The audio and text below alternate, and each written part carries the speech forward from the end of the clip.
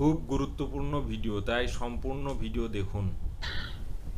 এরপরে প্রশ্ন করেছেন তোহফাতুল জান্নাত ভাবনা। এআইডি থেকে আপনি লিখেছেন, আমার পরিচিত একজন মহিলা আছেন যিনি অন্য কারোর সাথে তার ছোঁয়া লাগলে কাপড় পাল্টে ফেলেন, তার বিছানাতে কেউ বসলে বিছানা পাল্টে ফেলেন, পরিবারের সবার সাথেও এমন করেন, দেয়ালের সাথে অন্য কেউ লাগলেও সেটা মুছে ফেলেন, তার টুলে কিংবা চেয়ারে কেউ বসলেও সেটা ধুয়ে ফেলেন আর খিটখিট করেন।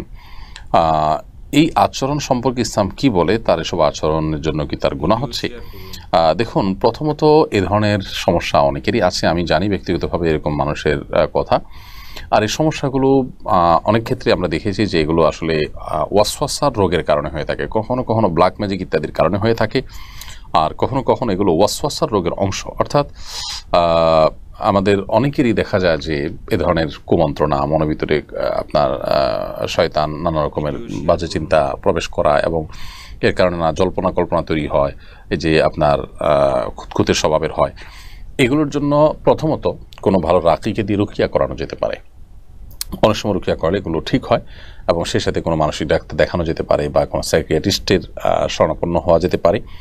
এবং একই সঙ্গে মোটিভেশনের দরকার, একই সঙ্গে যে মোটিভেশন কারোর মাধ্যমে তিনি মোটিভেশন নিতে পারেন বা সেলফ মোটিভেশন হতে পারে। এই জিনিসগুলো মানুষকে আপাত দৃষ্টিতে তার কাছে মনে হচ্ছে যে আমি অনেক বেশি পরিচ্ছন্ন থাকছি, অনেক ভিডিও বেশি শেয়ার করুন। পবিত্র থাকছি, অনেক বেশি আমি সতর্ক থাকছি। আসলে এই সমস্ত অহেতুক কাজে ব্যস্ত হয়ে তার অনেক বড় বড় কাজ থেকে তিনি বঞ্চিত হচ্ছেন।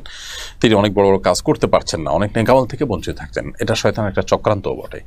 তো এই জন্য এগুলো থেকে তিনি বেঁচে থাকার জন্য আপনার চেষ্টা করবেন, সেই সাথে দোয়া করবেন আল্লাহর কাছে, আল্লাহুম্মা জাআল ওয়াসাউিসা কলবি খাশিয়াতাক, আল্লাহুম্মা জাআল ওয়াসাউিসা কলবি খাশিয়াতাক। আল্লাহ, আমার অন্তরের যে সমস্ত কুমন্ত্রণাসমূহ আছে সেগুলোকে আপনি আপনার ভয় দিয়ে ভিডিও পরিবর্তন শেয়ার করে দিন। করুন।